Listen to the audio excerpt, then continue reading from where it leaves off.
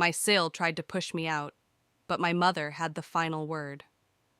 I had been living with my mother for several years. After my father's passing, she had suffered a stroke and was mostly bedridden, and her care had fallen to me. I was happy to take on the responsibility, knowing that I was giving back to the woman who'd raised me, but my family didn't quite see it that way. My brother Dan and his wife Lila lived a few towns over and seldom visited, though they liked to claim otherwise to family and friends.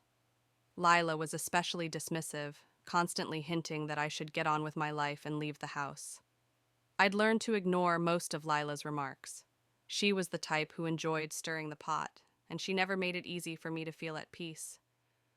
But recently, her comments had turned into direct demands. "Look," she began one morning as she stood in our living room, the cool air of autumn filtering through the open window. "You're single, no career to tie you down. Why don't you just find a smaller place and let us handle the house?" I stared at her, taken aback. "I live here, Lila, and Mom needs me." "She needs a nurse, not someone who's hanging on because they have nowhere else to go," Lila responded coldly, crossing her arms. Her words stung.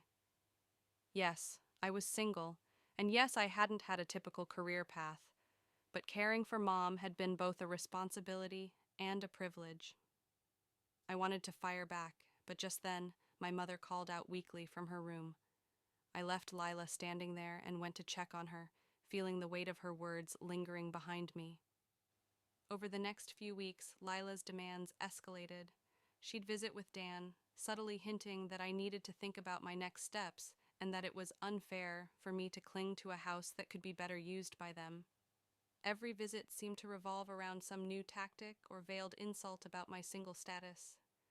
Then one Sunday afternoon, she finally dropped all pretenses. Lila, her face set in that smug way she had when she thought she was being clever, decided to have a family meeting in Mom's room. She talked about how they were thinking of future plans and how the house would be best served by a family that needed the space. "You're still young," she added, her tone softening only slightly. "You could live anywhere. Mom has always wanted to see you independent." My mother, who had been lying silently as she usually did during these one-sided conversations, suddenly spoke up, her voice stronger than I'd heard in ages. "If anyone is leaving," she said, her voice cold and clear, "it's you, Lila." Silence fell over the room.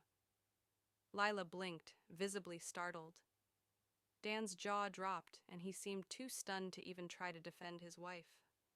I couldn't believe what I was hearing either, and for a moment, I was tempted to laugh at the look on Lila's face. "Mom, what do you mean?"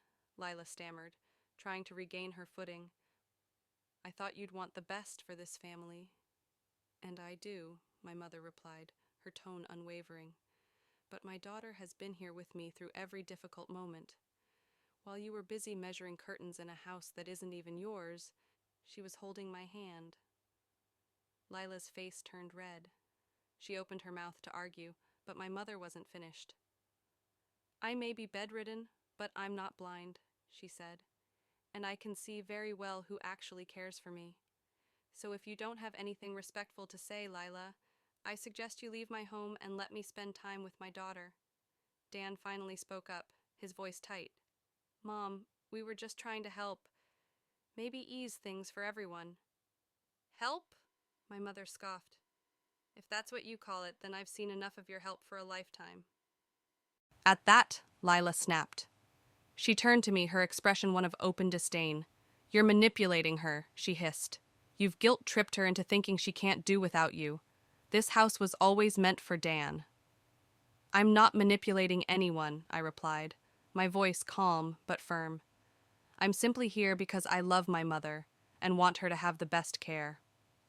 Lila let out a frustrated sigh. "This isn't over. We'll talk later once you both come to your senses," she snapped before dragging Dan out of the room with her. I couldn't help but feel a strange satisfaction as I watched them leave, knowing that my mother had seen through their plans. That evening, as I sat by her bedside, my mother reached out and took my hand. "I'm so sorry, sweetheart," she whispered, her voice softened. I never wanted you to feel like you had to choose between your life and caring for me. I squeezed her hand. You're not a burden, Mom. I want to be here. Over the next few days, things were awkward with Dan and Lila. They kept their distance, simmering in the fallout of Mom's declaration. But then, a week later, Mom asked me to help her with some paperwork. She showed me the will she'd prepared long ago, where she had indeed left the house to me, not to Dan or anyone else. She told me she had seen how dedicated I was, and she wanted to make sure I would always have a place to call home. When Lila eventually found out about the will, she was livid. She tried everything to get my mother to reconsider, even appealing to Dan to argue her case. But Mom was resolute. Every visit they paid was met with an icy reception, and eventually, Lila stopped showing up altogether. Years later, my mother passed peacefully, and I stayed on in the home that now felt even more sacred. I knew Lila would likely rear her head again, demanding a piece of the house, the land, something. But I was ready for whatever she threw my way. With Mom's wisdom and final words of strength behind me, I knew I was finally where I was meant to be. The home was more than walls and a roof now.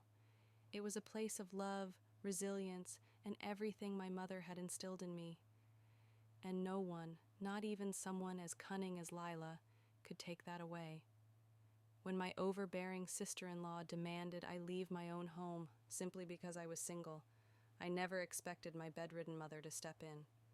But with one powerful declaration, my mother turned the tables, defending me and putting my SEL in her place. This story is about family, loyalty, and the strength that sometimes comes from the most unexpected places.